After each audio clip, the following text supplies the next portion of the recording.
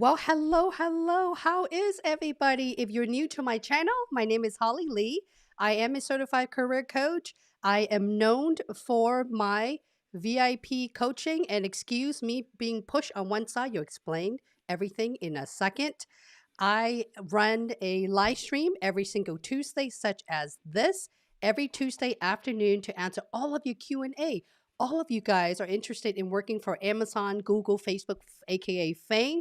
I do provide not just live coaching, but reviewing your LinkedIn profile as well as your story. We call them virtual mock interview this time and date if you'd like to be part of my member. But enough about me. I'm really excited today to bring a guest. Her name is Professor Heather Austin, and I am going to bring her on before I give you a quick introduction.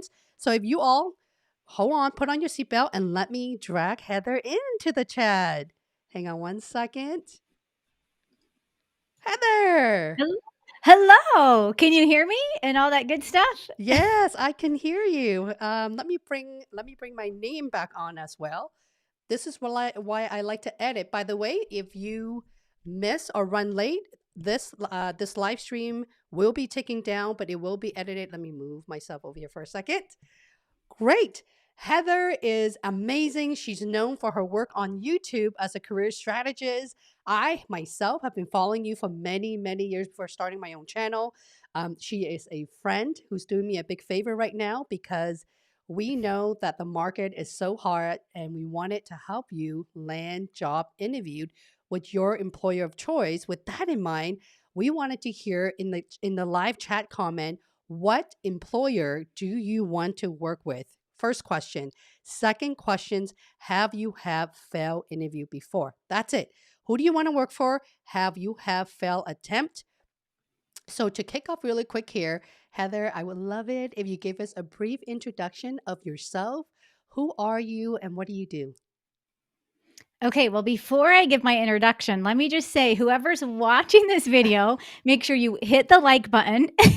Make sure you subscribe to Holly's channel. Of course, of course.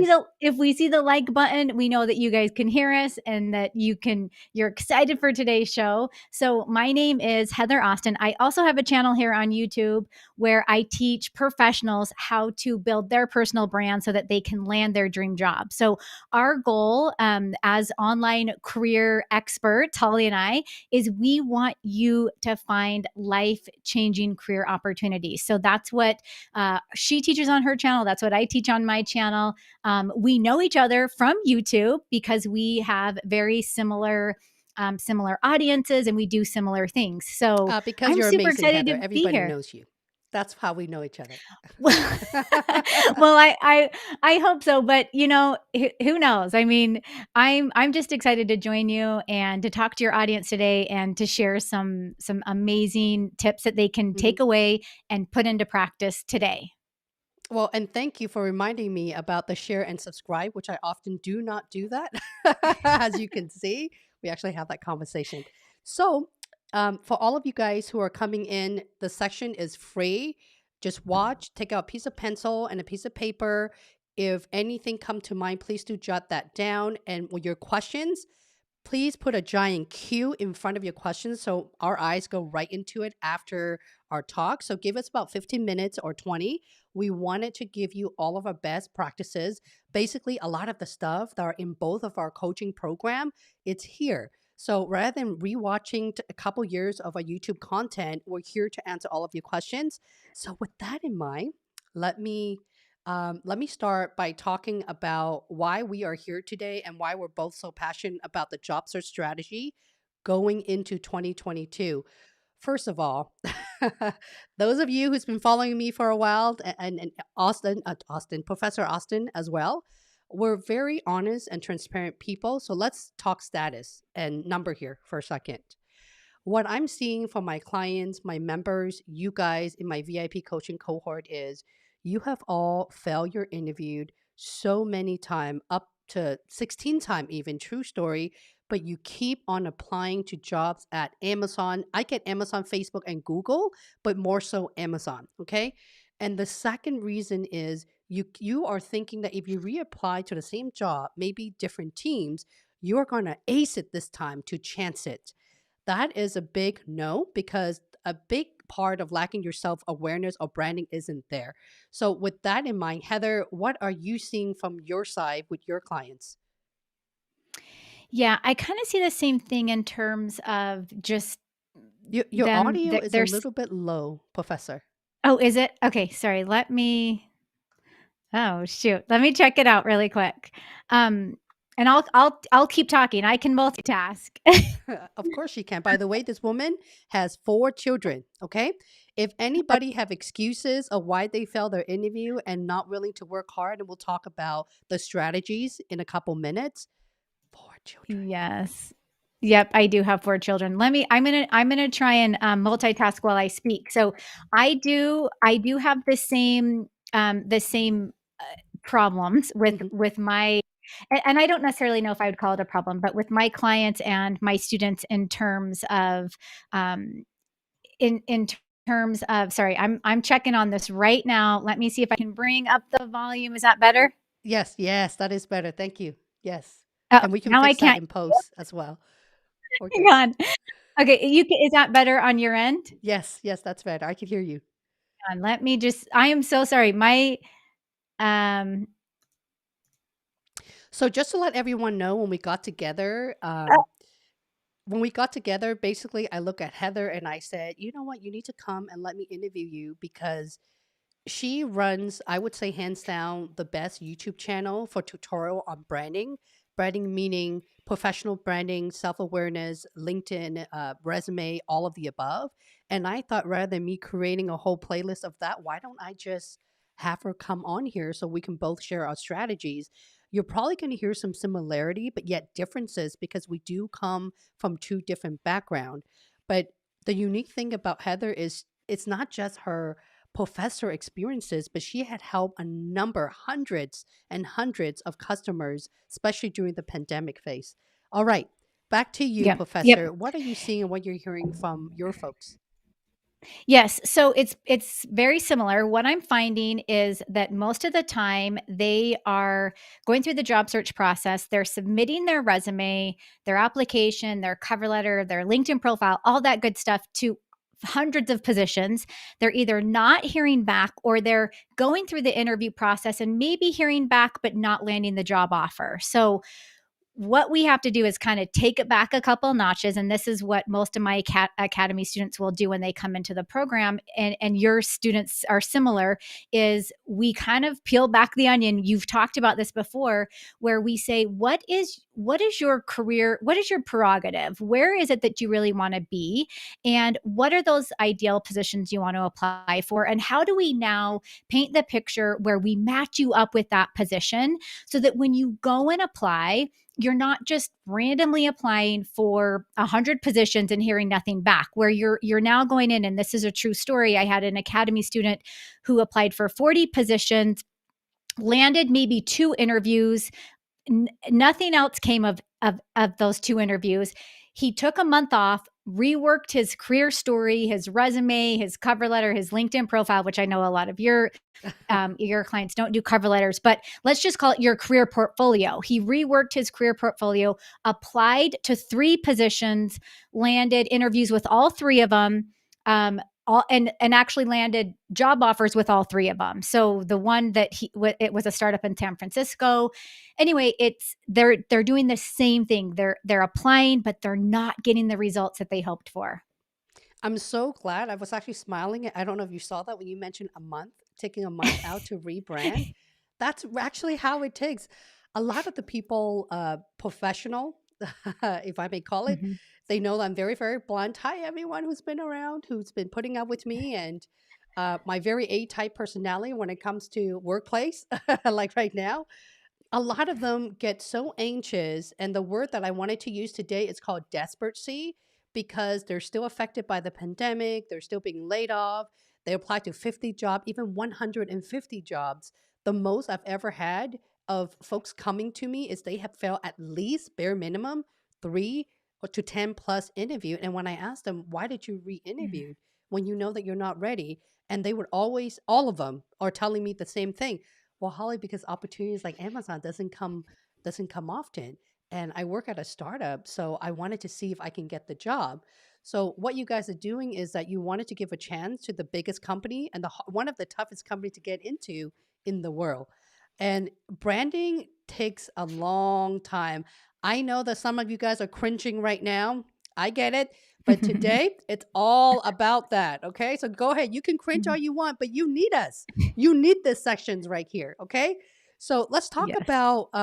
let's talk about our best strategy, starting with you, Heather.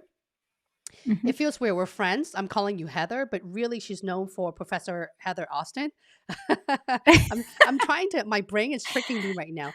So employers' expectation on credential, what do they look for? And when you guys are applying to 50 jobs, you are in their ATS application system already. Even if you change your resume 100 times, they have this thing called merging your profile together. Okay. A lot of you are Mhm. asking me, Heather, this is true story. Holly, what if I change my email address and not use my maiden name? Would they know?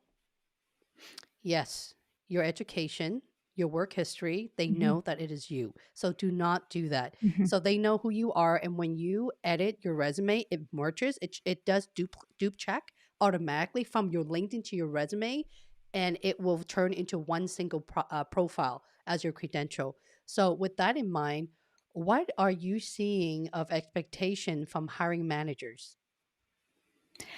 Well, let's first talk about kind of what's happening in 2022, what we're going to see in the job market. We're seeing a big, huge shift right now, Hmm. just across the board because of everything that's happened in the last 2 years. We're also seeing that a lot of organizations are having a hard time finding the right person for the right job. So more than ever, they want someone that's going to fulfill that role, but actually come in and thrive in that role, someone that can be a leader, someone that can take directions, someone that can be innovative and solve complex problems, right? So as a job seeker, the more that you can show those qualities and those traits in your application, in your career portfolio, and in your interview, the better off you are in terms of securing the job.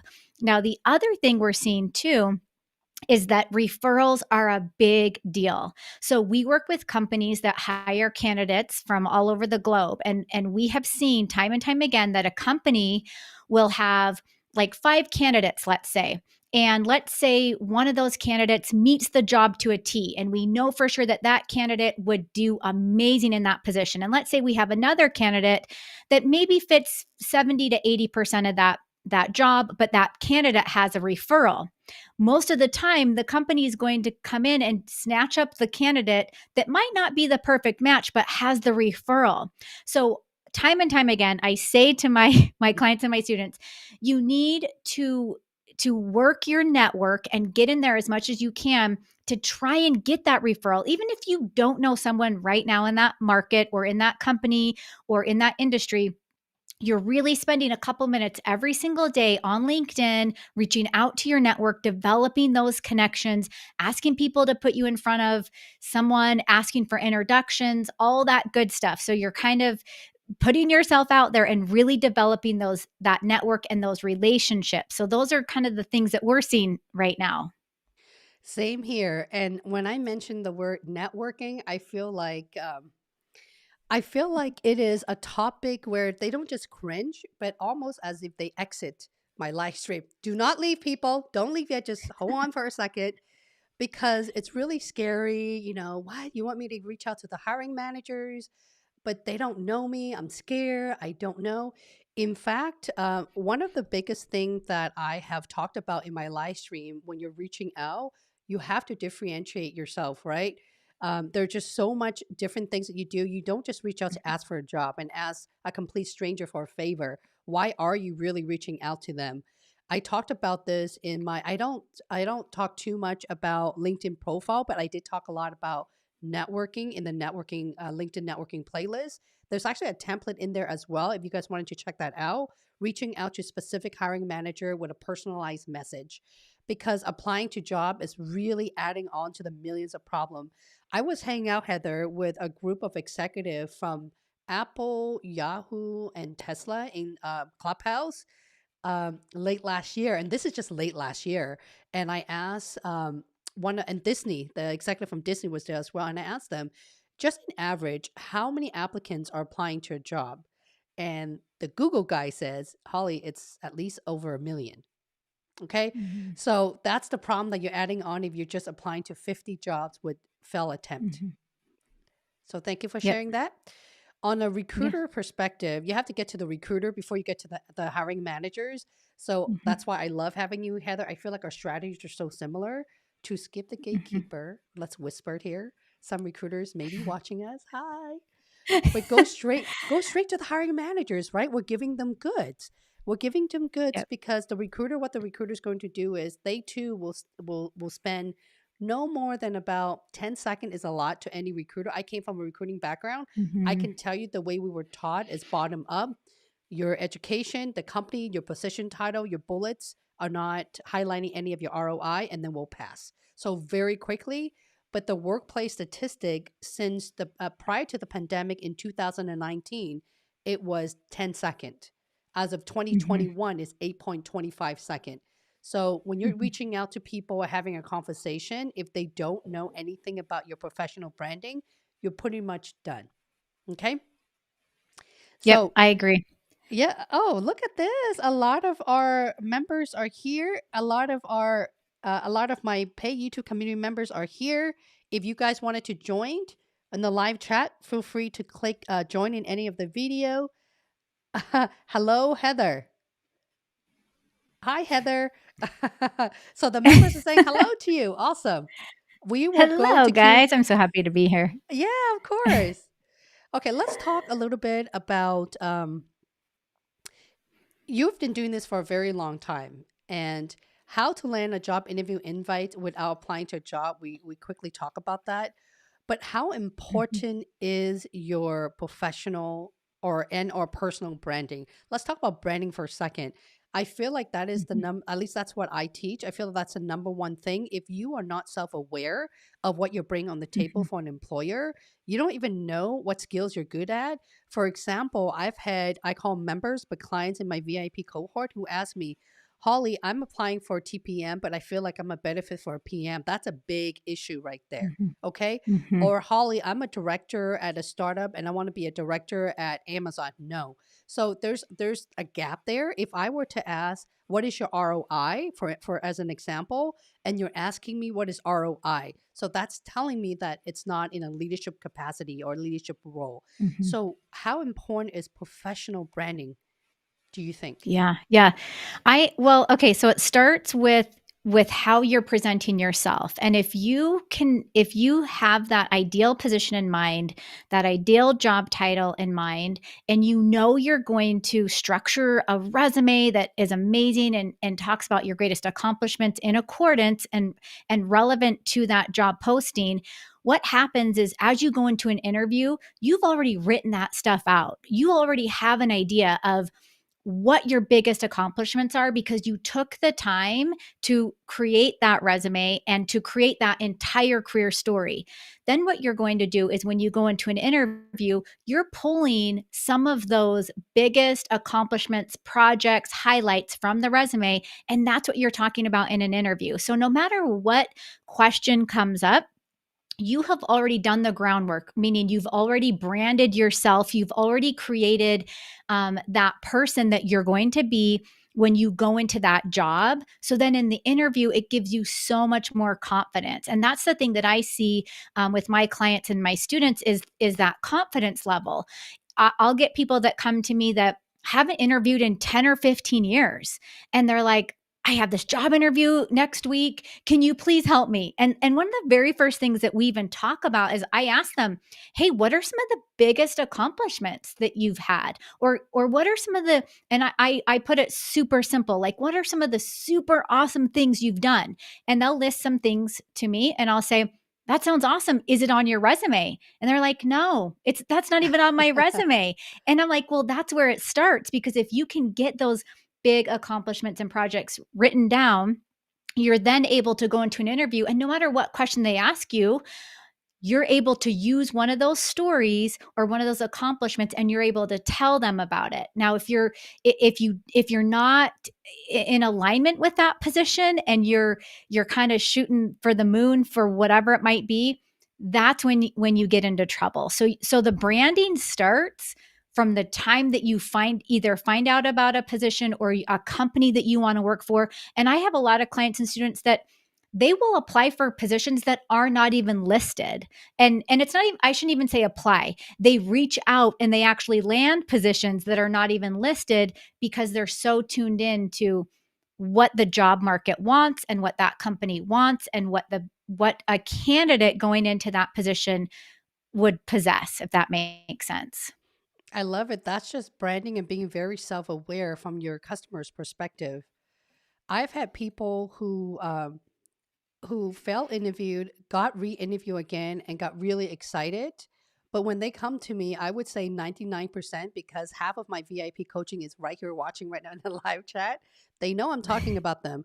A lot of them, even when they come to me and they just started the interview process with Amazon or Google and Facebook, and they would say, Holly, I don't understand. I already haven't interviewed. Can we just focus on mock interviewed and my stories? Why do you need to review my resume? Why do you need to look at your resume? When you've got a coach who wants to look at your branding to prep you for the interview, you say, thank you, right? Right, Heather? So it's funny because, Yeah. and then when I ask them, so the last 3 times when you failed your interview, let's look at your resume here. What is your biggest accomplishment? Exactly what you said, Heather. What is the most technical problem that you've ever solved? And they have to Mm-hmm. look at their own resume to find the example because it isn't there. That is why, Mm-hmm. right? So many of Yep. them, the next time when there's a creator out there that talks about resume or LinkedIn on branding, I want everyone who's listening to take it to heart and very seriously, because the market will never stop hiring.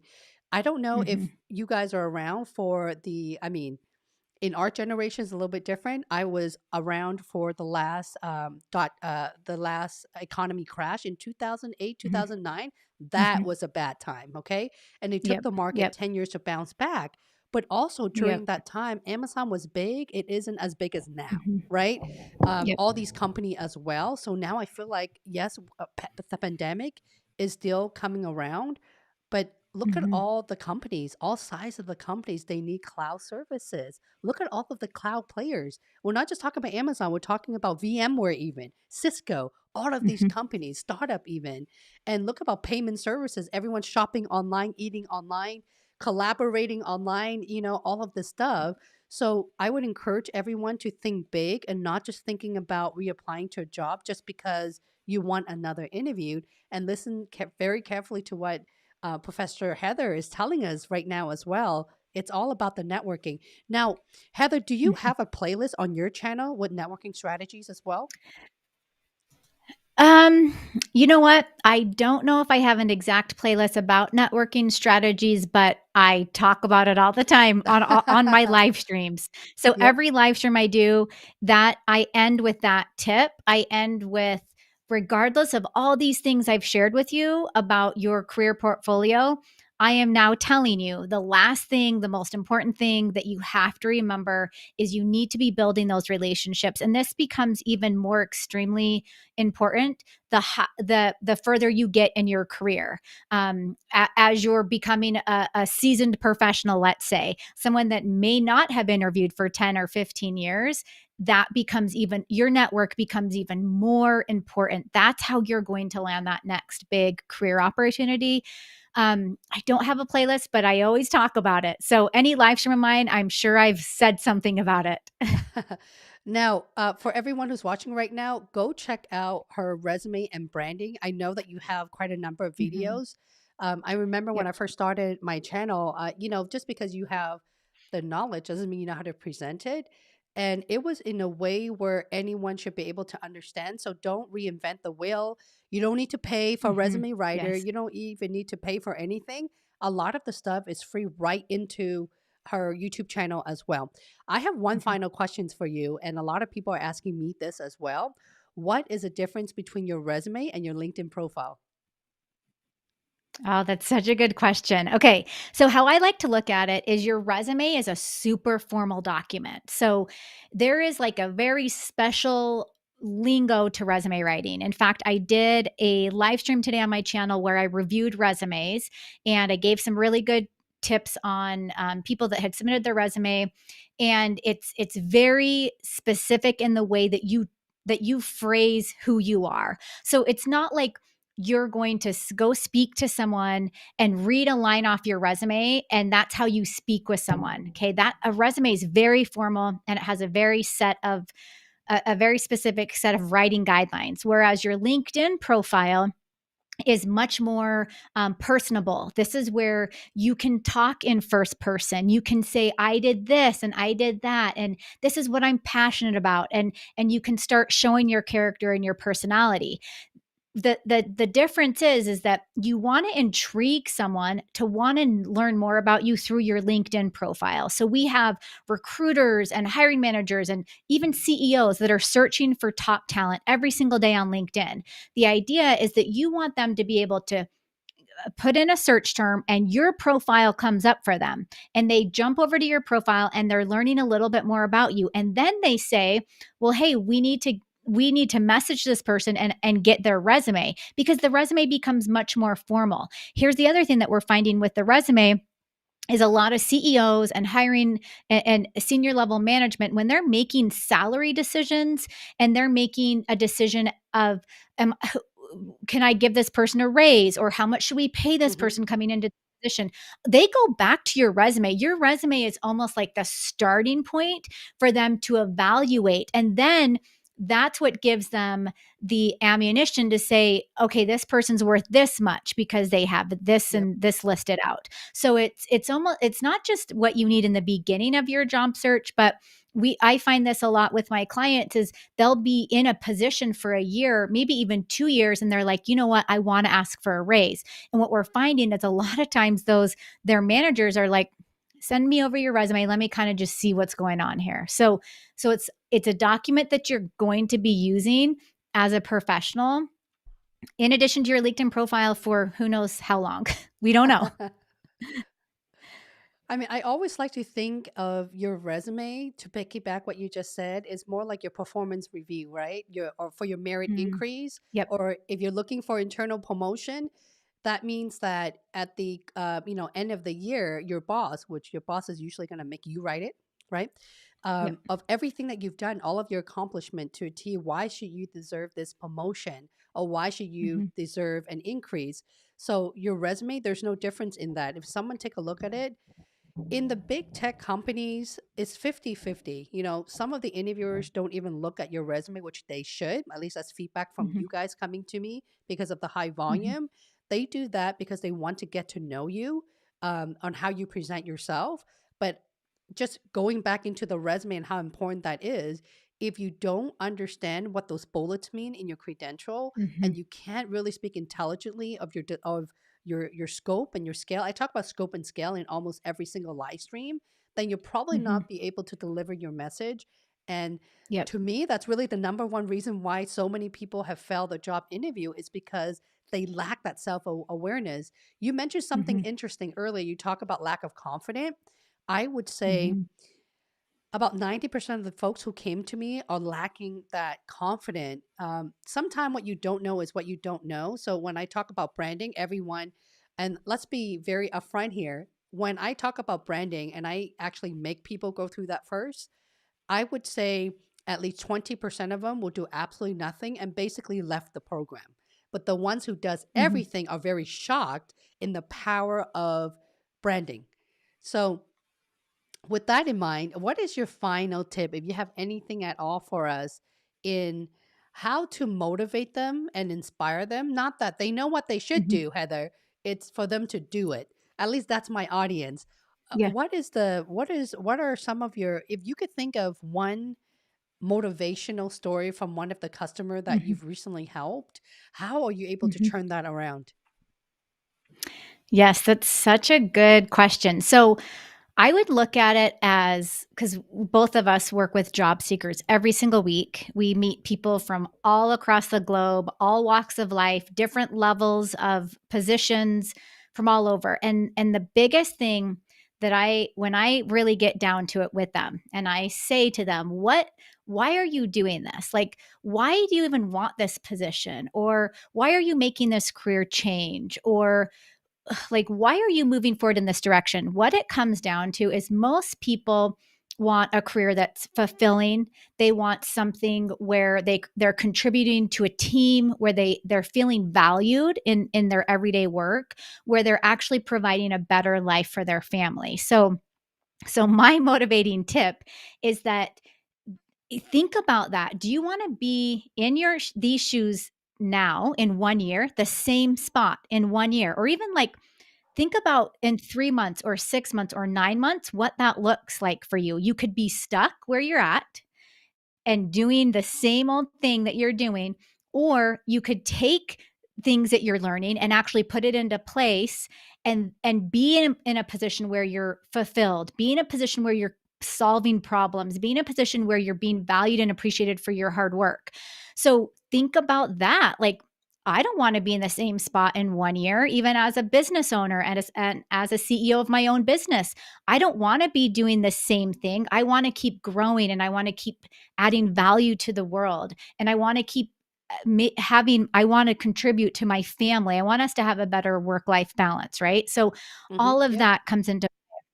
Now, this reminds me, if you talk about a story. So I actually had a client just 2 weeks ago.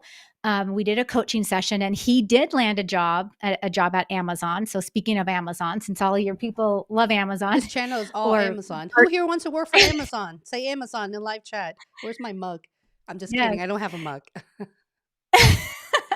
So he actually landed the position at Amazon. And here's the crazy thing about his situation. He actually didn't even have a college degree. He had moved to the States with his parents years and years ago. Went to college for a year. His parents didn't speak English. He had to quit college to help his parents pay for rent, so he couldn't even finish college. Went to work straight away. Worked. He actually did end up working for larger companies, which has helped him get his foot in the door with Amazon and Facebook and other companies. And he worked all of his life. Well, the pandemic hit. He was like, you know what? I'm done. I'm done with what I'm doing. He quit his job, taking a couple months off, decides to go out. Okay, I'm going to start applying now. He lands a job with Amazon.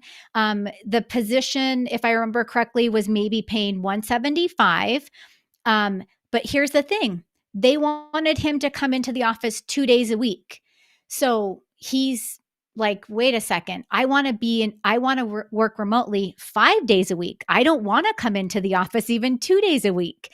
And so he declined the job offer. And then the next week he had an interview at Facebook. So the moral of this story is that there are opportunities out there and companies are paying higher than we've ever seen before. Companies Yes, are that is offering correct. hiring bonuses. They're offering things, massive signing bonuses that we've never seen before, because they're trying to find the right person for the right position.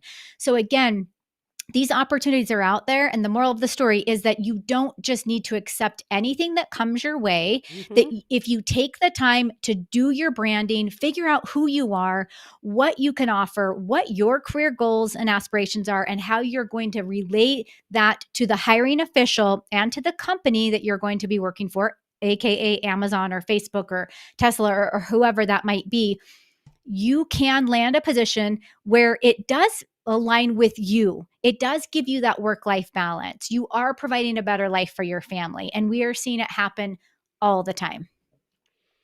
And never accept the first offer, because the first time in Yes. history, which I wish Amazon would have increased the total compensation Mm-hmm. before I left like 4 years ago. It's crazy. Employers are paying top dollar. Yep. Everyone had raised the comp. I remember, I can't remember which post, and people were asking about salary is such a big topic in the month of December. It's huge. I think I wanted to do, Yeah. I tried to get a bunch of career coaches together to talk about salary and the job market, but luckily Heather is here for us, right? the employers are not going anywhere. And even when folks come to me for Amazon, and I try to tell them, don't just look at Amazon as Amazon, look at other employer as well, if you're listening at all to Mhm. this live stream today. Because I've had I interviewed one of my former manager, Harind. His video is last week. You can go and check that out. But he's at Metaverse Facebook, and he did interview with Mhm. Google and the Amazon in the world as well. So at the end of the day, it's money. Yes, it's important to you, but also the culture, right? So when you are taking the Yes. first offer or the first company that landed to you, you're also missing out on a lot of the other opportunity. I know that Amazon's probably not appreciating that, me saying this right now, but they're not sponsoring me. You see, I'm doing this because, selfishly, Heather and I wanted to help you land a lot of job interviews with multiple Mhm. companies. And at the end result is we want you to get multiple offer. With that in mind, our Mhm. community manager, Hannah, is in the house. Please say hello to Hannah. Say hello to Purple Sparkle as well. Heather, do you have Mhm. a couple minutes for Q&A or do you need to go? Yes, totally. Yep. Okay, great. Great. Let me Yeah, I'd just love to do Q&A. pull this right here. Hello, hello, Jonathan. Let me go ahead and close that. Sorry, guys. Give me a quick second. Okay, Jonathan, good to see you.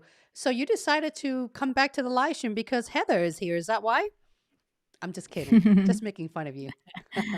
Leslie says, thank you for putting the giant Q in there. If you just joined or you're joining late, my name is Holly. I'm a career coach for FAANG. We have my friend here, Professor Heather Austin, and she is amazing, amazing career strategist. And we're both content creator and providing you tips in you landing the job with your employer of your dream. Okay. If you're new, please say new and introduce yourself. Let us know where you are and keep your question as specific as possible. Leslie says, I have my second round of virtual interview, which is the final loop next week, and one sync call with the recruiter this week. What questions should I be asking the recruiter? By the way, Leslie, I can't tell right now because I'm not looking at my browser. I'm looking at my streaming software. If you are a community member, by clicking join, I have a list of all of my template, including questions to ask the interviewer in the community tab. Okay? Everything is on there for you. I can't tell you exactly what to ask the recruiter. The questions I should be asking you is, what do you know about the role? What do you want to know about the role? And why are you interested in the position? Because what the recruiter's job is, Leslie, they want to know if you have the foundation, at least a 70% fit for the job. That's the recruiter's goal, because they don't want to waste the hiring managers or the hiring team's time. It would make them look bad. So they wanted to pre-screen you up front. Heather, what do you think? Mhm. Yes, I totally agree. So the other thing I would add to this, and I'm sure this applies to Amazon. So Leslie, your situation, I like to categorize, and this is really for anyone going out there and interviewing. I like to categorize questions to ask your interviewer in 3 different categories. So you're always going to be asking questions about the position, questions about the company, and questions about the team. So there's 3 different categories. You need to have at least one. I share a bunch of questions, and I know Holly does too, that you should ask in each of those categories. The other thing I would mention is don't ever ask a question that is like so blatantly the answer's out there. Like you could have just gone to their website to look it up, or Yes, it's thank in the you. job Yes. posting. Like you only want to ask questions that like you really can't find the answer to, but that you need a person to clarify. With that being said, it's okay to ask questions about the day-to-day job responsibilities, but just don't ask anything that's, oh, That you you could can have figure found out that on on the your own. website. Yep. Yes. Yep. One That's a time, good question. I can never forget the story, Heather. I have one of my senior software engineer from Microsoft, and I was a senior recruiter at the time. This is a long time ago, and he declined my offer. And I asked, it broke my heart because I thought we had such a great chemistry. He was such a good fit. He was so excited. It turned him off because I told him that Amazon doesn't provide free soda, even though his sign-on Oh, bonuses that's is awesome. pretty much his annual base salary. he was making so much money, he couldn't overlook the fact that he couldn't Oh, have that. So I told him, I said, well, how that's about funny. you start and I'll make sure that we buy you as many soda as you want because every team have their own little mini fridge, right? It's funny. Anyway, That's I have awesome. to I share that. love that. Do not ask silly question. The recruiter's goal is a win-win situation, okay? They Yeah. get to keep their job because they need to hire Mhm. top talent like you. So it is to their benefit to make sure they take care of you guys. But you got to Yep, make sure that you need to earn trust with the recruiter as well. And remember, for sure. everything you talk to the recruiter, it stays in the internal ATS system. Wink, Mhm. wink. All right. Ruby, hello, Ruby. How are you? I feel super loud right now. I'm sorry, but I will fix that in post. Ruby says, how do you know which story to pick? How many stories for each LP? 2 to 3. Heather, you first, and then I can go after you. You like how I put my Yes, guest first to do the work, and then I'll add in? Okay. this is a good one. So, in terms of stories to pick, I would say you there's a couple things you want to focus on. You first need to focus on the ones that are showing where you've made the biggest impact. Okay, so you're the greatest impact. You're not going to choose like rinky dink stories, even though sometimes you're gonna have small talk and you can share more of those rinky dink stories, but you're going to focus on the stories that show the biggest impact. And then you're going to focus on the stories that relate directly to the question or to the position. So keep that in mind as you're deciding, because I know Holly, she wants you to have lots of stories because when you go into Amazon, we all know those interviews are pretty insane and you can't just have 5 stories in your back pocket that you're going to say. I mean, what do you recommend that they have, Holly? Like, it's not just Well, 5. I know. I also talk about this in my live stream. If you're going to ask 100 coaches, they're all going to tell you something different. This is just Yep. my take. Take it as a grain of salt because on Amazon, I spent 6 years training interviewer, actual corporate Mhm. training on top of my job as well. Amazon is a tough, very intense process because they want to know Mhm. everything about you. For example, at Google, they want to evaluate smart. Are you smart? Yes, we'll give you the job, right? For instance, I know we're focusing on Amazon right now, but let me tell you the difference between those companies, even like the Facebook, right? Do you have great communication skill? Yeah, you can learn on the job. But at Amazon, you need to demonstrate your ability to think really big, go really deep. Hence, a lot of the questions are very similar. That is because you haven't answered the question yet. So they go deeper and Mhm. deeper to figure out why you're solving the problem. That is why if you have less than 2 example for each interview questions, it's really hard because it's very common to have 50% of the job seekers, or I call them candidate like you guys, who comes back to tell the Holly, why are they asking me the same question? Well, let me tell you why, because the behavioral questions are very similar, right? Tell me about your biggest Mhm. impact. Well, tell me about the most innovative thing that you've done. Well, tell me about your proudest moment. What was your ROI? It's the same thing, right? So it sounded like the same thing. That is probably because you haven't answered the first question yet. So they're re asking it again and again and again. You don't want them to do that. And quite frankly speaking, even in my VIP coaching, I'm asking for 2 example for each. Are you guys ready for this? Because some of the coaches may hate me when I tell them this. I don't teach leadership principle at all. I know. Yay! I'm sorry, I have to do that. I don't tear the leadership principle apart because you can get it for free at amazon.com/career.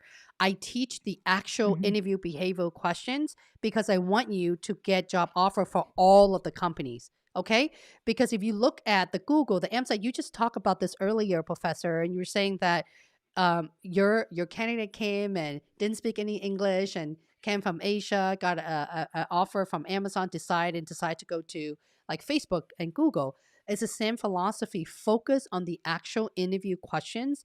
If you look at the type of questions, give me 2 example each. If you want to get a job at Amazon, you need at the bare minimum 20 different story. Different Mhm. story.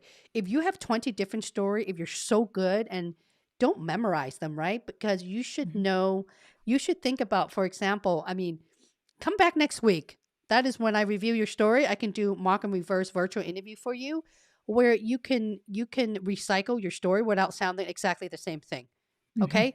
If you listen to a lot of my free template, by the way, Heather, I forgot to do this, and thank you. I'm looking at you and it's reminding me to do this. This right here. Don't forget this way. Don't forget to download. This is my star template. Okay. Download that. Thank you. Let me just go back. Thank you, Heather. I look at you. I'm like, oh my gosh, she's looking at me. Holly, do it. Press the button. So I have a lot of template for you. Use it as a grain of salt to inspire you. But you cannot go into any of the top tech company in less than 20 story. Out of those 20, at the bare minimum, at least 10, you're going to do really, really well. If you really spend a Mhm. couple months to prep and go through all of that, you can recycle some of those stories. Does that make sense? Do not repeat your stories. You need to go in there with confidence in knowing your background to your T. Hence, we talk about branding and resume today, because if you don't have the credential and the branding and your bullets, and you don't know what on earth you have to deliver when you deliver it, tying to what company, if your answer is really that great, you're going to hit the leadership principle at least 90% of the time. And I also talk about Mhm. this in every single live stream. Okay. Does that answer Hey, your Holly, can question? I Go can ahead. I add something to that too? So I would love to know your thoughts and what you teach your members in terms of soft skills. So the other thing that we're seeing now is that we are finding a huge influx of companies that are looking for people that are good leaders, like Yes. people that are going to follow instructions and direction and be able to not only follow but lead. And so in terms of how you separate that out, because I always prep my clients and my students, I want to see a handful of stories about your hard skills, but I also want to see a handful of stories about your soft skills. Show me that you give me a really good story about how you were a great leader, how you supervised a Mm-hmm. team, how you led a complex situation in some way, not necessarily those hard skills, but more things that are going to show me more of those leadership. Mm-hmm. So I guess, how do you teach your folks in terms of like the difference and the amount of stories? Do you Mm-hmm. prep them on, let's do those That's a soft very skill stories, tough or is it and fun only like question. hard skills? Yeah, it is. It's a hard one. That's a Yeah. really hard one there. Thank you, Heather. By the way, we were not prepared for this. I love having the inspired chat with her. Um, the one thing that I've taught in my cohort is to think strategically when you're creating your answer. It's not just for Amazon. For example, the first Mhm, step is if you're interviewing for, let's just say, a senior program manager. I'm totally making this up. Think of yourself as interviewing for a principal, right? The expectation mhm, and the bar you should give yourself is higher, because you do want to give yourself pressure. If you are interviewing, for example, as a level 6, and then or a senior manager, and you're interviewing with a senior manager, then you are not creating your story to that standard.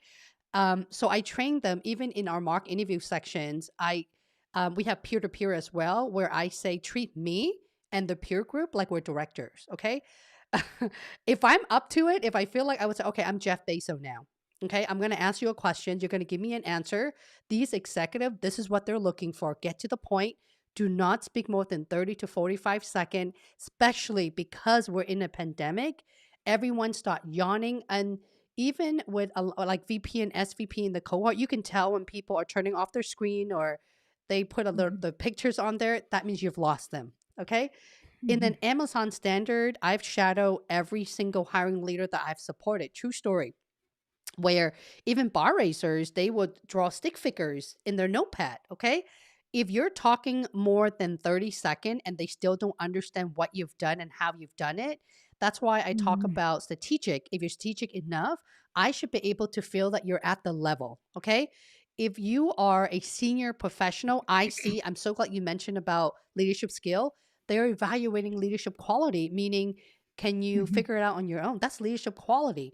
And are you going mhm, to ask someone for help, or are you going to go to your peer first, right? Before your boss, right? Go to your figure out mhm, where the help is by doing the work and not being able to get there and then asking for help. So I teach them how to think outside the box and be creative and be innovative, mentally to be prepared for those companies, because especially interviewing at Amazon is very different. That company dives really deep Mhm. until you start to sweat. I was a boomerang. I Mhm. actually left Amazon and came back, and I was actually very nervous if they're going to rehire me based on the type of questions they're asking. I'm like, why are you asking me this? I just answered you. But Holly, where are you getting this data from? And I had to pause for a second. But this is what I mean. You have to know the culture of the company you're applying to before you even do Mhm. that, right? If you think about Amazon here, because all the questions in here, I guarantee you, are all going to be Amazon, Heather. They're the fastest, right? You're a software Mhm. engineer. Great. Put your code together because it's going to go live in 2 weeks. Okay. Mhm. Let's talk about Harvard products. It takes normal company. I think was it the iPhone? I believe it took, was it 500 engineers or something like that to launch? It took them a while. The Kindle, the first Kindle, 3 months from beginning to Mhm. inception. And we'll talk about hardware, software, embedded manufacturing in China and all of that stuff. So that is the company that you guys are asking to land a job with. So you know Mhm. that from your let's go all the way back. This is an Amazon thing. Let's go backward, okay? Your resume. If your resume doesn't demonstrate ownership, bias for action, delivering result, there's no way you will be able to influence them because you won't be able to sound like it. I know Mhm. that's a little bit over passionate from my part. Anytime when you talk about No, Amazon, drop the mic. wait, I'm like, oh, I can't hold myself back. That's awesome. I think Yep. that's perfect. Strategic people, very, very strategic. Mhm. The last Narav says the last screening had both technical and behavioral questions. Narav, when you guys are interviewing, please do let us know what position you're interviewing for so that we know is it tech or non-tech. Okay. Casey, first time attendee on your live broadcast. Been watching videos for a couple of weeks. Well, welcome. Guys, don't forget to also check out Professor Heather Austin. That is actually her name across all of social. She also live stream as well. And get your resume review for free, people. Go do it. Mhm. Ruby says, in a 3-hour loop, can we ask for a break? Well, here's the thing. Usually, when it comes to short, we call them short interview in any company. We're not talking about Amazon. You don't want to take a break, okay? But if you have to take a break, I would ask for a couple minutes for a drink of water or use the bathroom. By Mhm. all means, do what it is. Heather, what is your biggest tip for a virtual Yeah. interview or a full loop interview? Yep, I would say the same. I would say because most of the time these interviews are super scheduled out. They have their hiring officials' schedules are jam-packed tight. I don't mind the taking a break to go to the bathroom or to take a drink, but you're not going to go take a break to like eat a meal, basically. Like Or look you're up your going to answer. be in the Or, process. yes. Unless that's the time, like they will tell you this is lunchtime and then we'll start up again at that time. I think that's fine. But you're not going to say, I'm going to go eat a meal. It's just a quick 10 to 15 minute break. And then you're right back in. Yep. That is a tip for you. It's okay to ask for a break, but you don't want to be someone Mhm. that wants to take a break in every single interview either. Remember, it's earned trust and ability to influence, okay? And we just talk about Mhm. looking for leadership, even in IC, individual contributor. So leadership quality Mhm. is tough it up. I want to say make it until you Yeah. break it, but it's not appropriate in this live stream, but tough it up. Yep. Okay. As an entry level with no official recruiting skill, oh, this is a recruiter. How do you convince them you can do it? Should I mention I did onboarding students as a talent acquisition role, source study resource, mentoring junior staff? Absolutely. That is experience relevant to the job. Ruby, my friend, I'm going to make you feel really good right now. Um, I am known at Amazon and Facebook when I was a recruiting leader to hire folks with zero experience, zero like this. My best, and I talk about this in a couple live streams, that my best employee, someone that I've hired, first of all, I was the only person that was inclined to hire because this person delivered pizza graveyard for a living. You won't hire them, right? But when I asked her, what is the most unique and toughest thing you've ever had to do? She said, I look at the menu, I YouTube, I spend the entire day to change my brake pad because I really can't afford it. I'm a student, I have 3 jobs. I'm like, it was so detailed, but she didn't talk for a mile long. It was detailed within maybe a minute or two. I was just blown away. So I said, okay, I'm going to call her out. There's no way this girl's doing that. How do you change the brake pad? Walk me through step by step on a high level. And she understood what high level was, and I was blown away. That person was promoted several times. She is still at Amazon after 6 years as a senior program manager in recruiting. Okay, so I'm going to make you feel better. I You love that. don't need to have the recruiting experience to be a recruiter. You need to be very sharp. Think about the leadership quality that Heather and I literally was just talking about. What about you, Heather? Have you helped someone with no experience? Yes, a lot of times. I know, I get that's a why I lot of asked. individuals I get a lot of individuals coming through my door. Let me mention something that you let me touch on what you said about the gal who mentioned she changed a brake pad. Notice that that has nothing to do with a job. That's an experience. In fact, that's like one of the biggest aha moments for me in this training is you don't need to pull and think about, oh my gosh, what did I do? How did I volunteer? Especially as a recent grad or someone that doesn't have the experience. She changed a brake pad. Like, who's going to take the We can't initiative do and that. actually Yep. do that? But the other smart thing that I want people to pay attention to from what you said is you were an amazing interviewer to know and ask her, well, can you walk me through that process? Like most interviewers would be like, oh, that's cool. Like, I love that you said to her, walk me through that. And she was able to prove to you the steps she took. But again, it was not work related. So don't be afraid to share those types of stories. Especially for a junior position, they wanted to hear that you're Mhm. able to figure it out on their own. Mhm. Aptitude and hunger. Do not forget that. Love that. And we have Cassandra Houston. Hello. What's VOH? FYI. What's VOH? I don't know what VOH is. Virtual hug? I think that's virtual hug. Oh. Reed Vu. How are you, Reed? I think this is your first time. Welcome. Are there any tips for Canadians to land on US remote jobs? Well, I don't want to talk too much about the visa stuff because I'm really rusty right now. I haven't been in recruiting in a couple years now, but I know that Canadians can work for US company with no issues at all. And I believe, was it a TN visa that takes like up to 6 weeks or so for the employment Mhm. authorization to go through. I don't see it as an issue at all. This is just my take. In fact, Canadians should really take advantage of employer who are headquartered and based in the US as well, because it's literally a couple drive away. Do you have something different or similar, Professor? I would say the exact same thing. I would say don't let your status in terms of where you live hold you back from a position that you might find. I would say developing those relationships and networking, and then but also doing at the same time you're doing that, get that groundwork laid for the visa and whatever you need to smoothly enter into one of those remote positions. Yi Young just gave you a virtual hug. Oh, yay.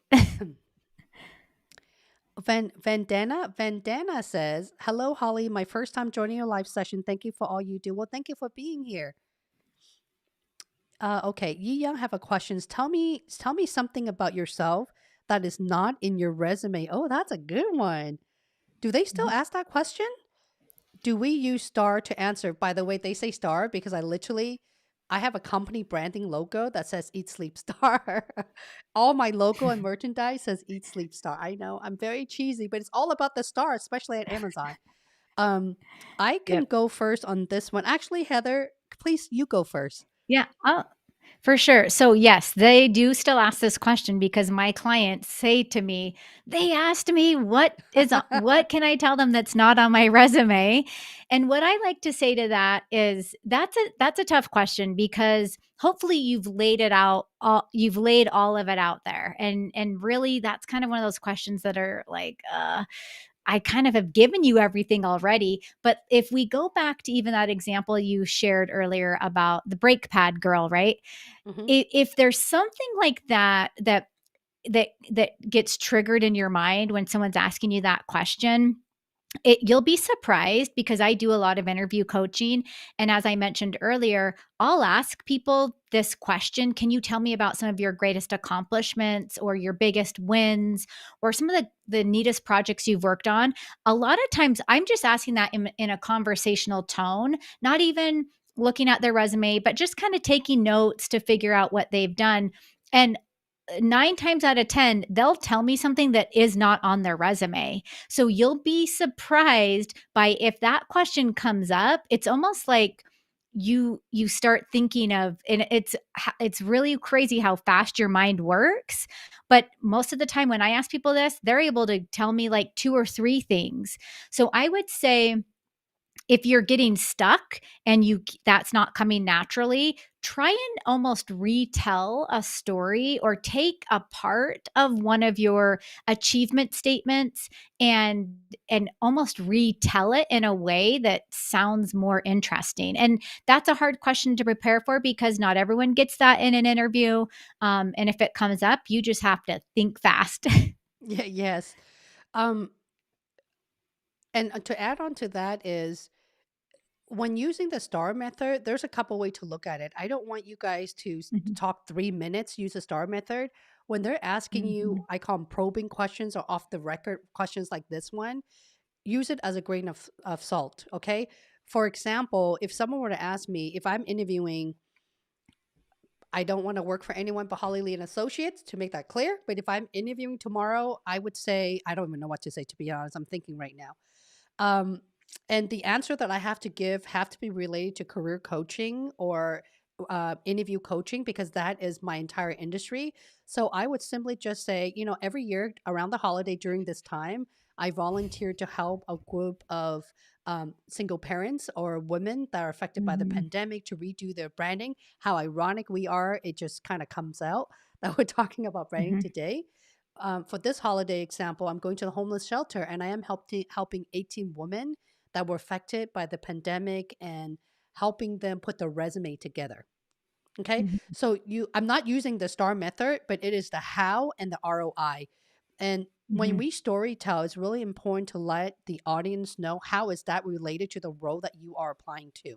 If I am mhm, talking to you as a career coach, yes, I am coaching a group of women.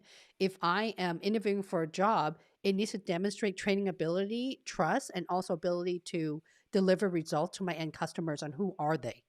Okay. mhm, So the break path thing was an amazing story because it's not recruiting related, but it tells me that there's no way this person would allow themselves to fail. That's why mhm. I inclined to hire. And I almost strong hire. I was the only person that was inclined. The only one. Mm. Yep. Alrighty. Um Ruby. After they ask the questions, can we ask them for a 30-second? If yes, is it for all questions? So you mean after the interviewer asks your questions, can you ask 30-second to get your thoughts together? I'm going to say 30-second is a lot. So my trick to that question is don't do it to every single question. If not, you will lack credibility. Remember that. Remember, Heather and I were just Mhm, talking about looking for leadership quality. Leaders don't do that. Okay. Even for junior level position as well. I would simply just say, it actually helped me to keep my thoughts together. Great question. Do you mind if I write it down?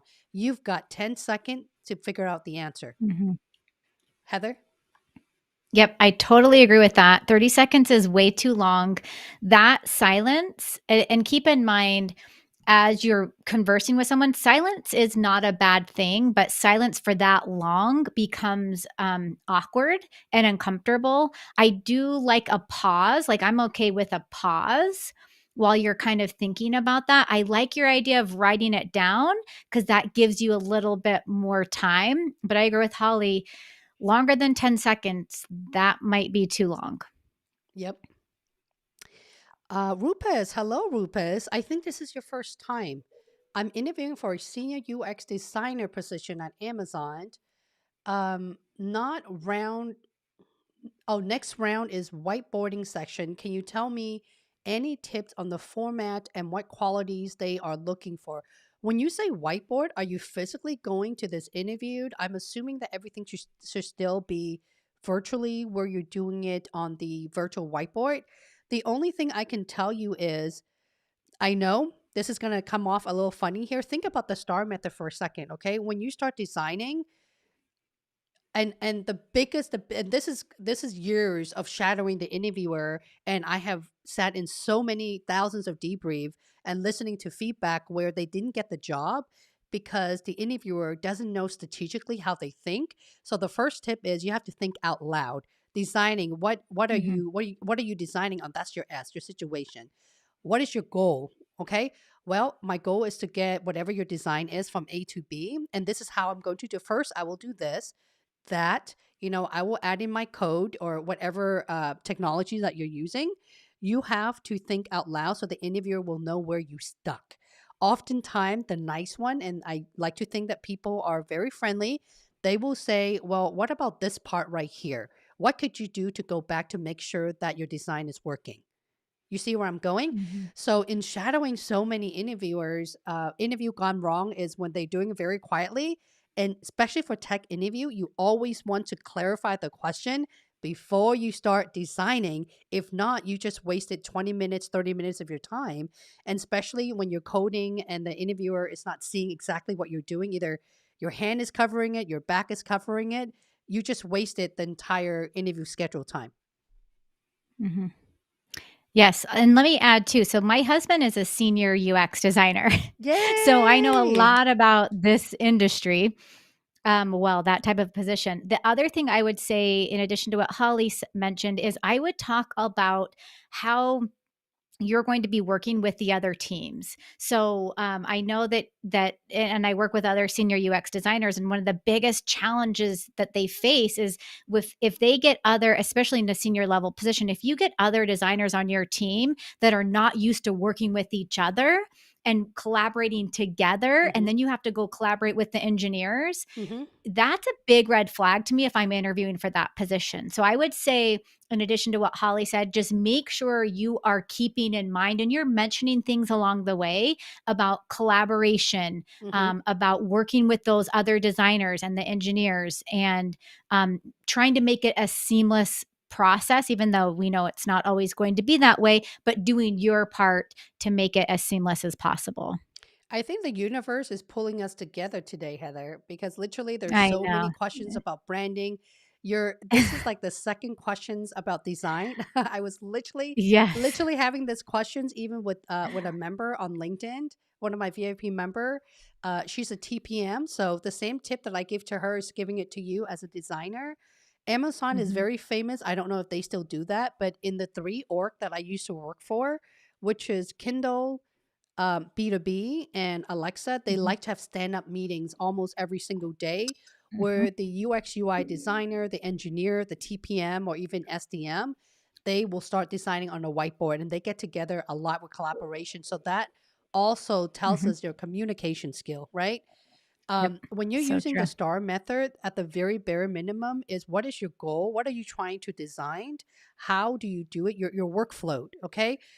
Try to think Mm, out loud, slowly and clearly, and get to it as quickly as possible because you want to save some time in the end because the interview will give you a look if things are not working. mhm, And by the way, if you guys wanted to share what level you're interviewing with, as a senior is a level 6. So for a level 6, you shouldn't have any hint to make sure your design work. You should be able to finish the end product within about half an hour or so. Okay? Aisha. Hello, Aisha. Had an interview last week. By the way, Heather, this is all Amazon. I did warn you. They gave Yep. the position to someone internal. Um, Asia, that's Oh, very no. common. It's not just Amazon. When you're interviewing, they will give the position to somebody else. Okay. So that doesn't mean that you didn't make it through the loop. I would make sure that you keep tab with that recruiter and see where else you would fit. Make the recruiter work hard for you. Okay. Because the recruiter have recruiter friends, even within different org, Mhm, that everyone is opening. Everyone has open position right now. And I would also, if you have the name of the interviewer, or the interview got canceled, whatever that may be, I would connect with the interviewer, the hiring managers, mhm. or your future peer as well, just to continue with that networking tactics. Mhm.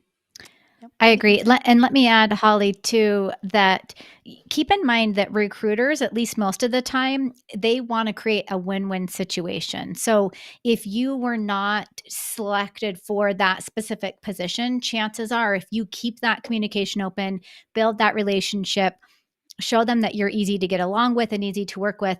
If something comes up that's closely related, or as Holly mentioned, recruiters have friends, they're much more likely to send your name or consider you for a different position.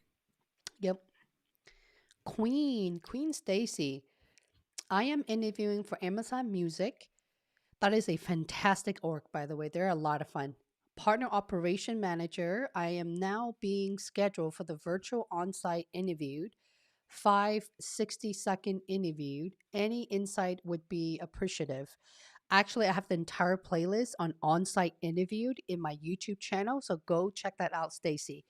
And if I were to leave you with anything right now, you want to practice your story to death, literally. Um, I am embarrassed to say that my very first video when I started the YouTube channel, I almost want to say don't watch it, but watch it. Just listen to the content, not the production quality, okay? It's called 60-second elevated pitch. It tells you exactly how to prep for your final loop, okay? Catherine, welcome back. I haven't seen you for a few months. Soup. I'm sorry, I'm trying to pronounce your name. Soup says, "Thanks for guiding us. I have SA is solution architect loop. Do they ask for system design or infrastructure architecture design? I have I have some confusion." Excellent question. SA is really hot right now. I'm getting a lot of SA for December. For SA, they're really focusing on the network side of things, network infrastructure. Okay. And I talk about this before, where if you are a tech professional, do your due diligence. Lord, I can't speak. The first place that you should be going to is Glassdoor. I talk about Glassdoor a lot in a lot of my video. All the questions are on there. Even so, when you think about solution architect, they're the one who automate, build, and reconstruct the entire networking infrastructure or data center, if you wanted to say it. I'm also assuming that you're interviewing for AWS. Yeah. So I will need to know all the different 7 layers of the networking part very, very well, and architect the entire system from ground up. Or if you have to break it apart, how?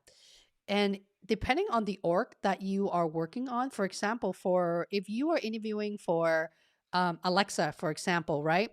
One of the interview question might as well be, well, how do you design the architecture for Alexa? That is the infrastructure. Okay. Purple, purple. Everyone say hello to our purple community manager here. Gary, hello. You just became a member. Good seeing you, Gary.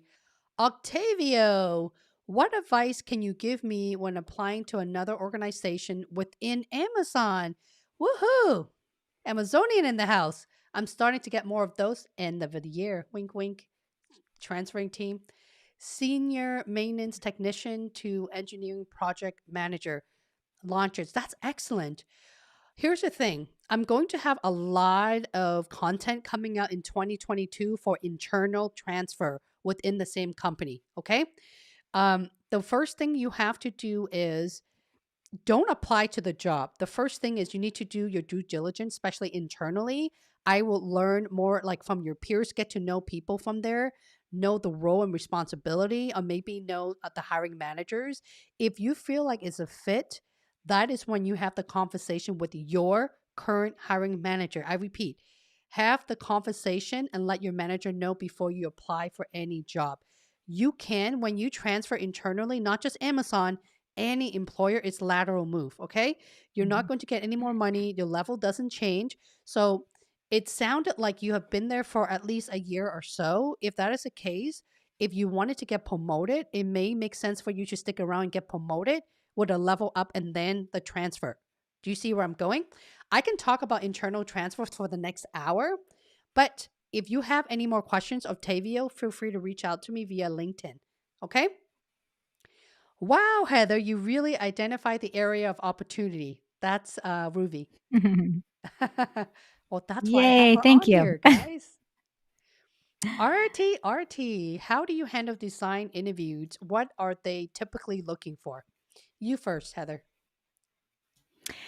Well, okay, so the word design to me, that could mean a lot of different things. I would love to ask RT to get more specific. I don't know if you know like the specificity of what that design interview is. Like what does that mean? Is that on the engineering side? Is that on a graphic design side? Is Hmm. that a UX design? I think I would need to know that more in terms of what exactly do you mean by design interviews? I don't know. Is there something that am I missing something on that, or is when it comes to Yeah, design? design is a lot of different definitions. Yep. I know RT very well, but RT's background Okay. Okay. is technical, but program management on the Okay. software side of things. But in Mhm. general, for design, for any technical design, could be SDM, which Mhm. is SDM engineering, and TPM are the software side, and then the UX Mhm. UI are in the different world. But on that Mhm. side, you need this. The system architecture is really designing on how the product works. I think the quick answer is, how does the product work? For example, if I'm interviewing at Amazon and someone mentioned earlier, was it Prime? What is it? Let's just use Prime Video as an example. Okay, I'm just making this up. If I were to say Mhm. design Prime Video on top of my head, verbally, I can draw a design for you right now because I'm a user and I could talk about the user experience. I can talk about capturing like the time, the type of video I watch, category. So I can go on like a mile long with that. So if they want you to virtually write out the design, the entire architecture has to be laying out to them. And imagine yourself working with a group of engineers and designer, UI, UX designer. Absolutely.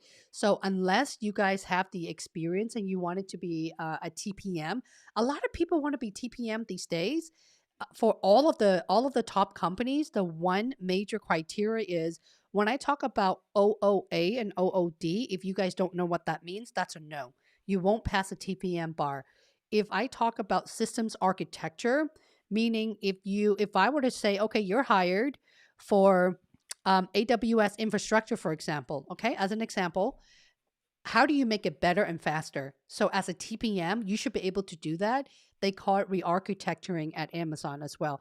Heather, can you tell how much I love tech? I can live tech, breathe tech. I just want to be all tech. You Like, I'm need to all write a tech. book. You need to write a book I about love this. tech. Oh my gosh, I love I just it. love tech. Yeah, That's why my you do what you do and why you help who you help.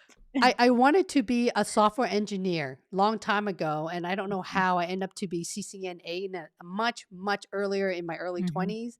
And that was when 9/11 hit and we were all affected.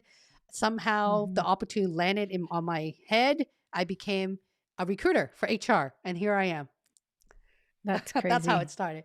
So, be very, very careful when it comes to system design. And there's a lot of YouTube video from Amazonian as well to Mhm. walk you through how you should be able to design.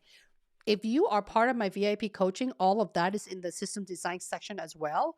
You got to ask yourself today, right now, if you cannot design a system, any systems, Facebook Workplace, can you design that? Netflix, can you design that? Amazon Locker, can you design that?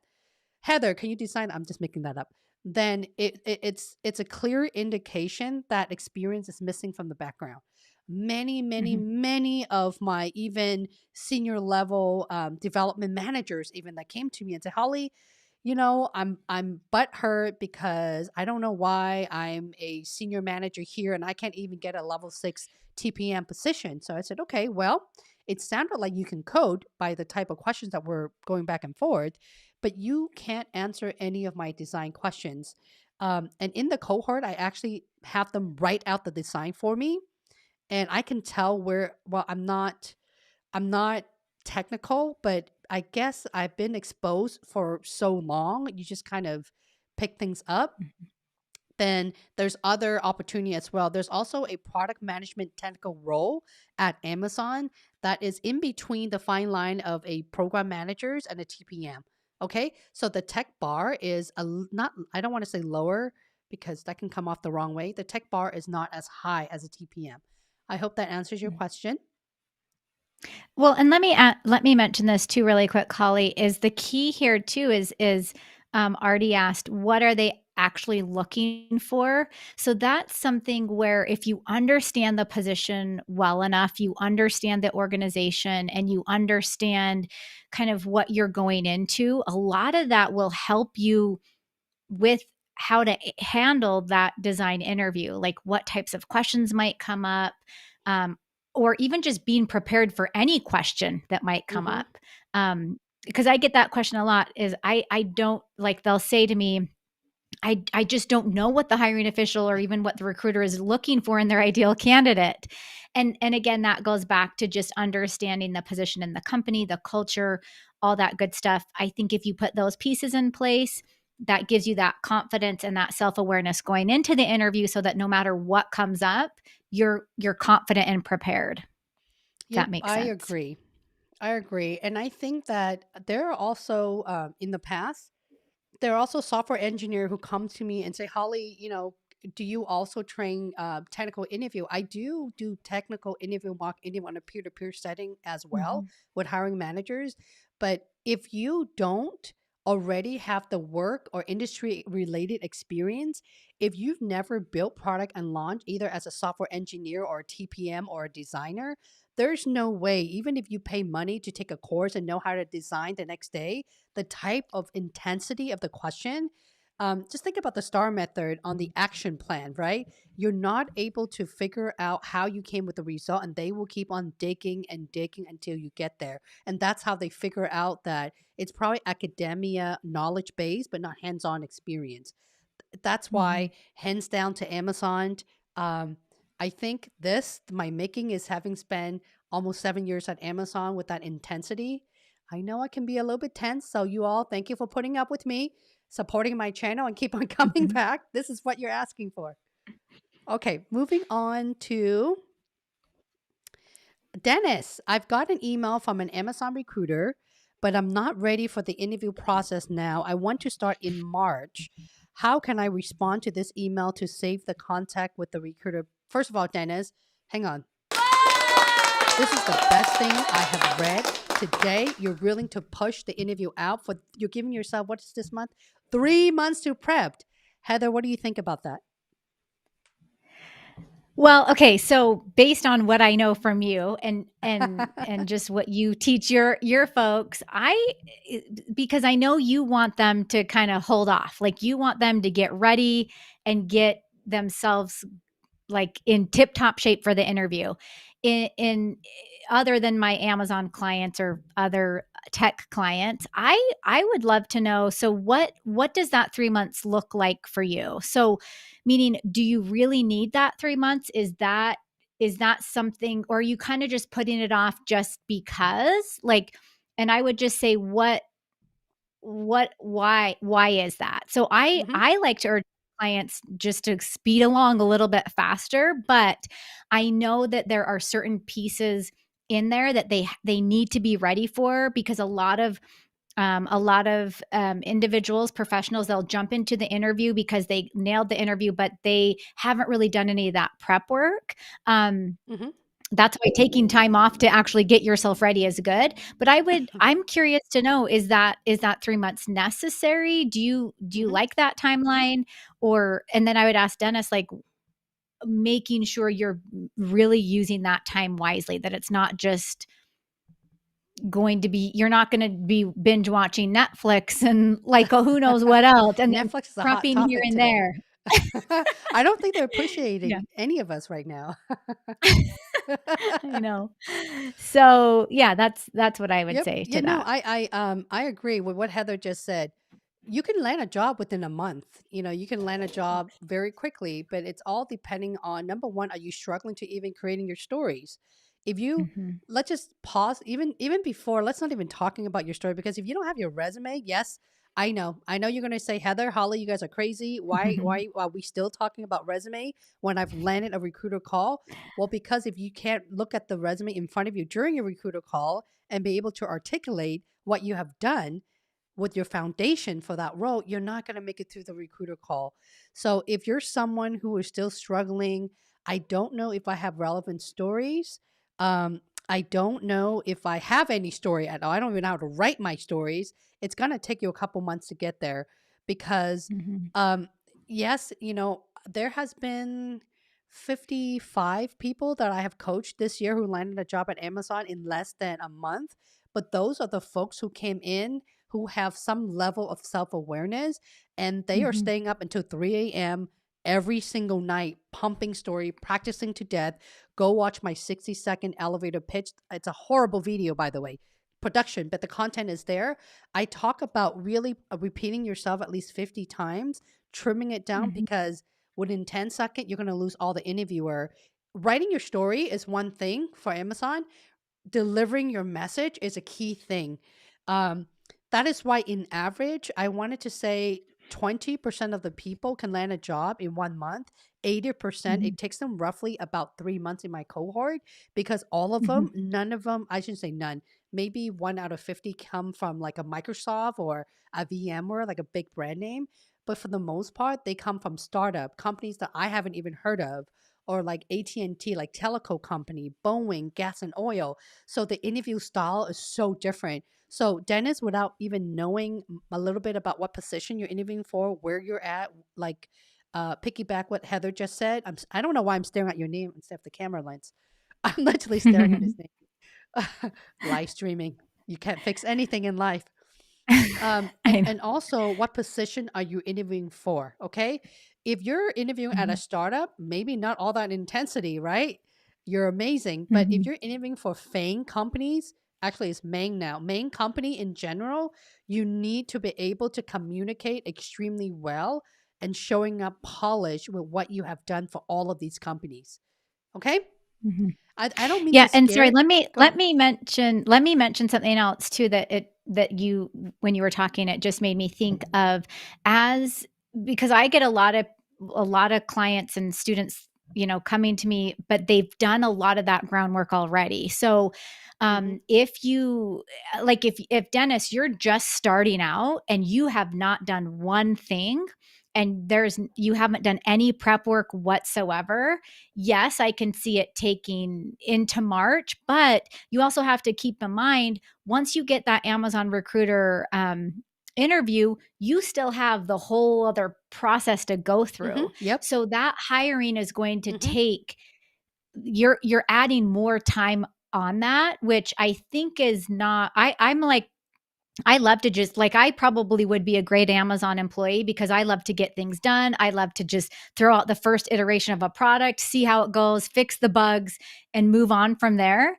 But I would say if you've already laid that groundwork and you have some groundwork, it shouldn't take you up to March to get prepared, but if you're just starting out from scratch, you know, then maybe so.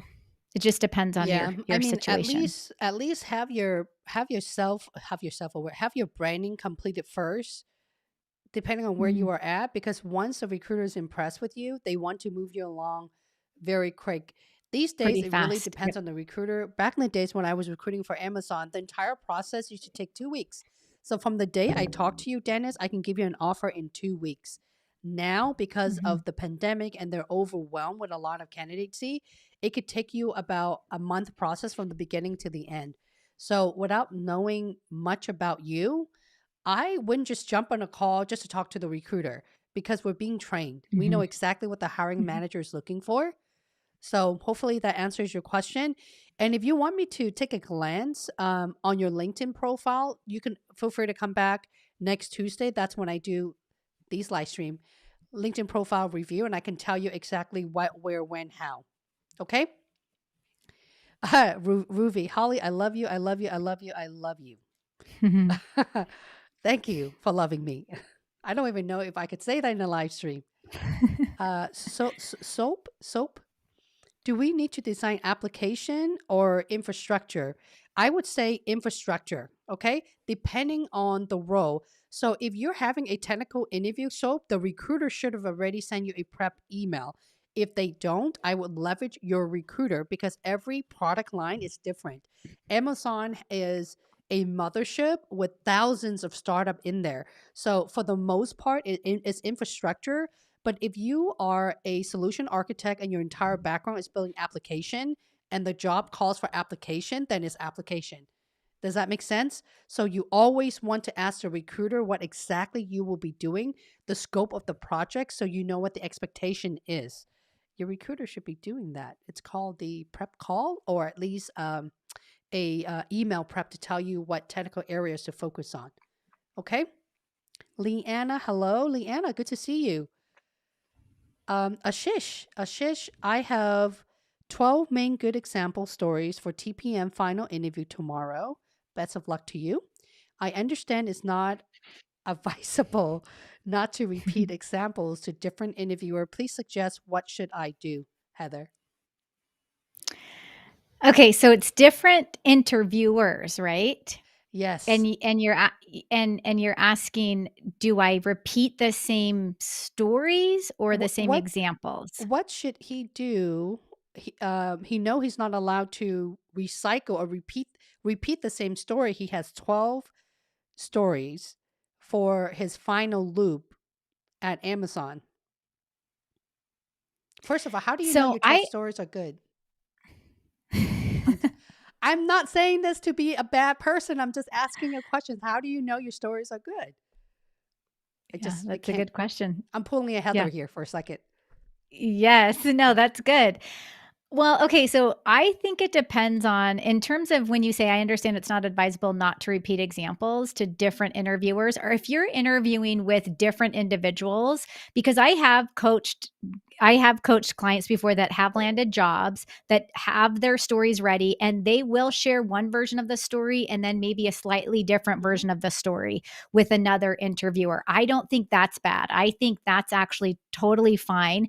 I do agree with Holly though in terms of making sure that those stories are really making an impact and making sure they are your best quality stories, your biggest projects, biggest accomplishments, but that they are relating directly to that position. What would you add to that? Exactly what you just said. Everything Heather just said, if that makes sense. Okay. You can. The one thing to be cautious of is that you don't want to sound similar, right? If you have, let's just say you have a customer to result in saving them $20 million. So you're going to recycle the same story. You're not going to say, yeah, because of that, I saved $20 million. And you do the same thing to Mhm. the third interviewer. So rather than saying, I helped them save $20 million, change it a little bit and say, well, because of my effort, I was able to help my customer scale millions of their internal customer who use a customer call center, whatever that is, make it up. But at the Mhm. very least, switch things up a little bit so it doesn't sound like you only have one story to share. Mhm. Yes. That's all I can think of. Okay? Yeah. Reed Vu says, any tips on someone Canadian that's very specific. I like you, Reed. See, very specific. Who is in a maternity leave but looking for a job? There's nothing wrong with looking for a job in maternity leave. I've done it when I Mhm. was at Amazon before I went to Facebook. It's business as usual. People don't need to know that you're Yep. on maternity leave, by the way. Try not to Mhm. share so much personal information if possible. I would just treat it like anything else. The reason why this is also a sensitive topic, so I am being a little cautious of things that are coming out of me, and you all know I'm very transparent. You don't want to share anything personal because you don't want the employer to have any doubt that you're not able to perform just because you're going through in your maternity leave. Okay. All these Mhm. companies, startup, all, I'm talking about all companies, not just tech, non-tech as well, have a course called Managing Biases, Diversity and Inclusion. All of that stuff is Mhm. because sometimes they have unconscious bias without even knowing that they're doing it. So try to not share anything personal if you can just hold off. For example, if you get the job, okay, wonderful. Let's talk about your start date. So by the time you get the job and your start date, the baby would already popped out, right? Now you want to take an extra couple of months with your newborn. Excellent. Just tell them that you are, you have vacation plan or you can't start until this date. I wouldn't give them too much Mhm. information upfront. Agreed. That's Yes. just me. Go ahead. Yep. And speaking of maternity leave, I have to pick up my kids from school. But I can stay for She one has more 4 question. kids. And I do. Well, my husband's picking up 2 of them, and I'm in charge of the other 2 because Oh, they're at different schools, different ages. wow. But I'll help with one more question, but let me mention, Read Vu in terms of the maternity leave. I totally agree that you do not need to share any of that. I went on maternity leave for the very first time when I was an academic dean, and it was the most brutally painful thing. I switched gears so hardcore on during maternity leave. I didn't go back into that academic dean role specifically because of the time it would have required for me to be on the job, the leadership, the management, all the headaches. And I was like, I have a baby. Like, I don't want to go be a dean anymore. I just didn't want to do that. Anyway, so I would say keep that detail to a minimum. There was one more thing I was going to mention about the maternity leave. Oh, the thought just left my head. Right now, her priorities are picking up her other 2 Oh, children. yeah. Yep, I forgot. I Anyway, we'll do one more question though. Okay, hang on a second. Oops, sorry. Oh no, I almost destroyed our stream. Okay, here it is. What questions to ask recruiter when you are applying for a recruiter? It's so fun. It is funny. Can I ask, like, is recruiting different spheres of AWS, Alexa, devices, and etc.? What you can ask what the recruiting process is. Remember, you can ask. Mhm, There's no such thing as a silly questions. Is really There's no such thing as silly questions, but you want to ask good questions. And that is, you can mhm, ask them, what is the current recruiting process, whatever team that you're working at, right? If a recruiter is calling you, I can tell you this right now for most company, the process is the same across. Okay. It's very, very mhm. similar. So it's okay to learn about the current process and just get right into the point. Okay. That's Yep, funny. and I like I that is funny. I do like that you would be asking questions about the different spheres of AWS. I think that's okay. Hmm. I do think, going into it again, make sure you understand that that recruiting position. I would even say if you have, um, connections with anyone that either is currently a recruiter or has recruited before or has been in that same position, ask them like, hey, what should I expect for a role like this? Like, do your research, and this goes to any position. Do your research before you go in there. And I think that's totally fine. And you know what, you'll probably have a good laugh with the recruiter while you're asking them questions about their job. So Yep. anyway, Holly, I need to run. My kids are waiting for me. So I thoroughly enjoyed being with you and your audience today, Thank and you, Heather. We'll we'll touch have to do base. this again. Yep. Everybody, Okay. please thank Professor Heather Austin. Thanks, you guys. Enjoy the rest of your live session. Talk to you soon. Okay. Okay. Now I feel all alone, all by myself. Just me. Well, thank you for being here. It's just me now.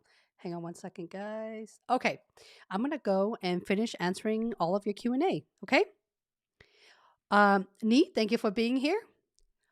Harsh, hang on one second.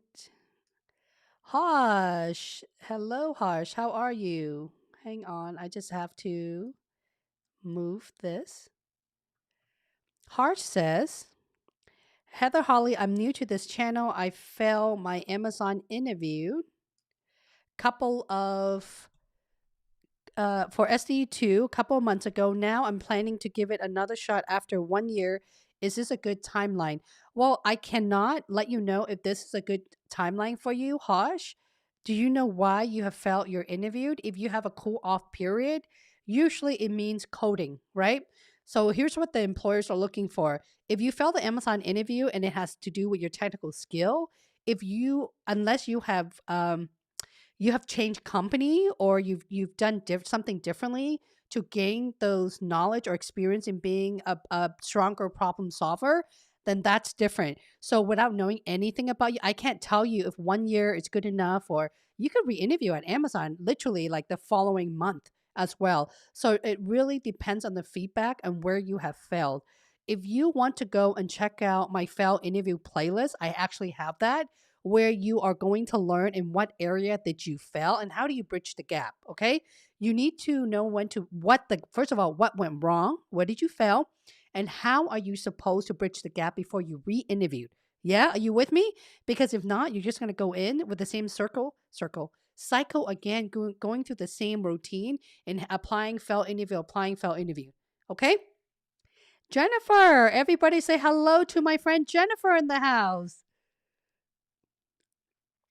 Rafa, hi Rafa, hello and thank you for this live event. I'm into final interview with an HR manager as an IT support. This is my first IT role at the age of 31. Already passed tech interview. Any tips or questions? Well, that's cute. Well, congratulations for making it this far. It sounds like you've done really well, Rafa. I would just show up with confidence, make sure that you know your stories really well. At the end of the day, guys, it's all about your story if you are wanting to get a job specifically at Amazon. Okay, I'm not sugarcoating because we have Amazonian in the house, such as Elizabeth. Everyone say hello to Elizabeth, our PM from Amazon. You need to know what you're talking about. You need to strategically be very organized when you're interviewing. Okay, that's the best tip I can give you. Gary, I'm currently at Amazon, but I have an interview for a senior director at another company. First round with an HR director. Oh, are you in HR? Any tips? If you're interviewing for executive position or leadership position, Gary, then all of your story must have all of your high level achievement. Okay? If I have to recommend anything for you guys, yes, you still have to create your story, even though you are an Amazonian. That is correct, Gary, because I have had a lot of Amazonian as clients. Even though they're a great interviewer, but when you're the one that's being interviewed, the table has turned, right? So when we write our stories down, what does that taught us? It teaches us how to remember all the great things that we have done. We're not memorizing. We just want to remember them. And then we want to pick out the most relevant and the most, I talk about scale and scope a lot, especially coming from Amazon, because you want to sound like a senior director. Better yet, you want it to sound like a VP. Okay. So your standard and your bar has to be higher. Work around your story and make sure that you practice in delivering it to the most concise 30-45 second, Gary. Okay. Queen. I have to jump up at 4:30. Amazon recruiter wants to meet with me to prep for the on-site call. Well, congratulations. Good luck to you. Okay. Bandana says Microsoft. And I'm going to go and I want to make sure that we are giving love to those that I haven't answered yet, okay? After layoff, when applying to FAANG, should you look for roles similar to the one you had or look where you should be based off of your experience and degree? Finance analyst versus senior finance analyst. Why not both? What's stopping you? Why not both? Okay? So even when you have been laid off or have failed interviewed, sometimes it takes two to tango, yeah? Sometimes you may be interviewing for a team or a role that's not a fit for you, or better yet, you just need to be interview ready, okay? If you're interested to get interview ready, everything I talk about right now at this moment is all free. Literally, my entire channel is circle around Amazon that will help you get jobs with other company as well. And the playlist I will recommend you is the Amazon Leadership Principle questions and example. It's not really leadership principle, it's just questions and example. Okay. All you guys have to do, and I talked about this a second ago. Let me bring this back right here. This sorry, this is the link. Download this and you need to create your stories like this template. This is very strategic. This is very high level. This is the most innovative thing. This right here will hit the leadership principle 100%. Frugality is also in this story. So you want your story to be so good that it hits every single leadership principle. If you're interviewing for Google, Facebook, Apple, it doesn't matter. You want it to hit the philosophy because you want your story to demonstrate your how you're able to deliver and your execution. Okay. And once you have that, then the employer will be very excited during the debrief to talk about you. Let me know if that all makes sense. Don't hold yourself back. Finance or senior finance, take a look at what the job description call for and start carving out to learn. We talk about branding, and this entire live stream today is about your resume and branding for that matter. Okay. And if you guys are interested, I actually have a discount. Actually, the branding, this link right here, myhollyleague.co/branding, the LinkedIn Accelerator is free. With this version of the Resume Accelerator, you can do it yourself and follow. You have to be a really good listener, by the way. If not, it's not going to work. A lot of my members, if not all of them, landed job interviews and be able to create their story just out of this. Okay? That's just a quick one for you. Especially when you've been laid off, work on your branding first and have more self-awareness before you start. When you guys are asking me, should I apply for, finance or senior finance, or basically what level, pause for a second, focus on your brand. Because you should know that if you have, for example, roughly 8-10 years experience, that doesn't make you senior, right? What have you done during those time with the skills that you have, the industry skill that you have, and how does that relate to the environment you're applying to? In this case, the Amazon of the world. Okay, Reed, thank you so much for the $2 super chat. Nalan, I cleared the loop for senior TPM. Who decide the compensation candidate, the hiring manager? At the end of the day, your hiring manager has a call for it. Queen, when will this content be available since I have to jump off? The content will be ticking down because I have to make it better for you guys. It will be up again by this Friday. Okay? Okay, guys, I'm purposely scrolling through to make sure that I'm able to answer more questions before I call this off. Okay? My last round was with someone on the team, and we both have technical behavioral questions. What type of questions can I expect in my next round with the hiring managers? Well, it really depends on the type of. First of all, let me just pause for a second. I don't know why I'm sharing that with you. It really doesn't matter what kind of questions they're going to ask you. You're wasting your time worrying about the questions that's being asked. I'm going to repeat myself 100 times for you guys because I care. Focus on creating your story that will answer any question they will throw at you. Okay? Because if the most innovative thing or the biggest business impact, you're able to circle stories around that with multiple experiences, it will remind you of all the great things that you've done, not just for that one simple example, but many, many more. Okay?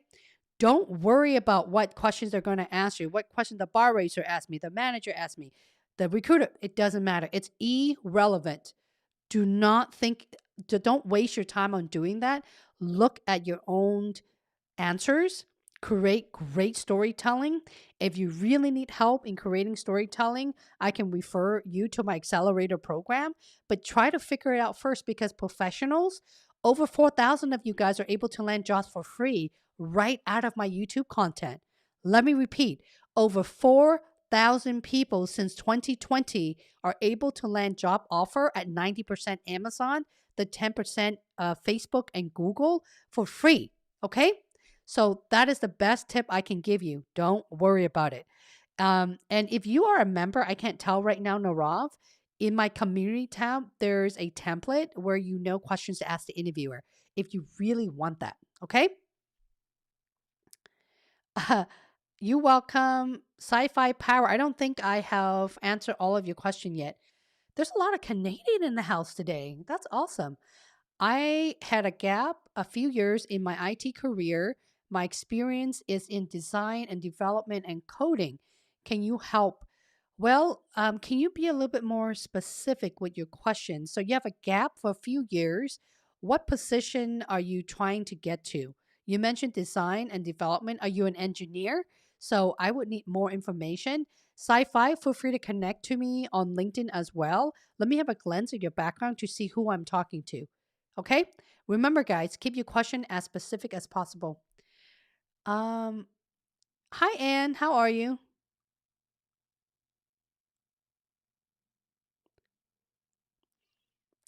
Asish, any story bias for action or programming improving TPM role plays?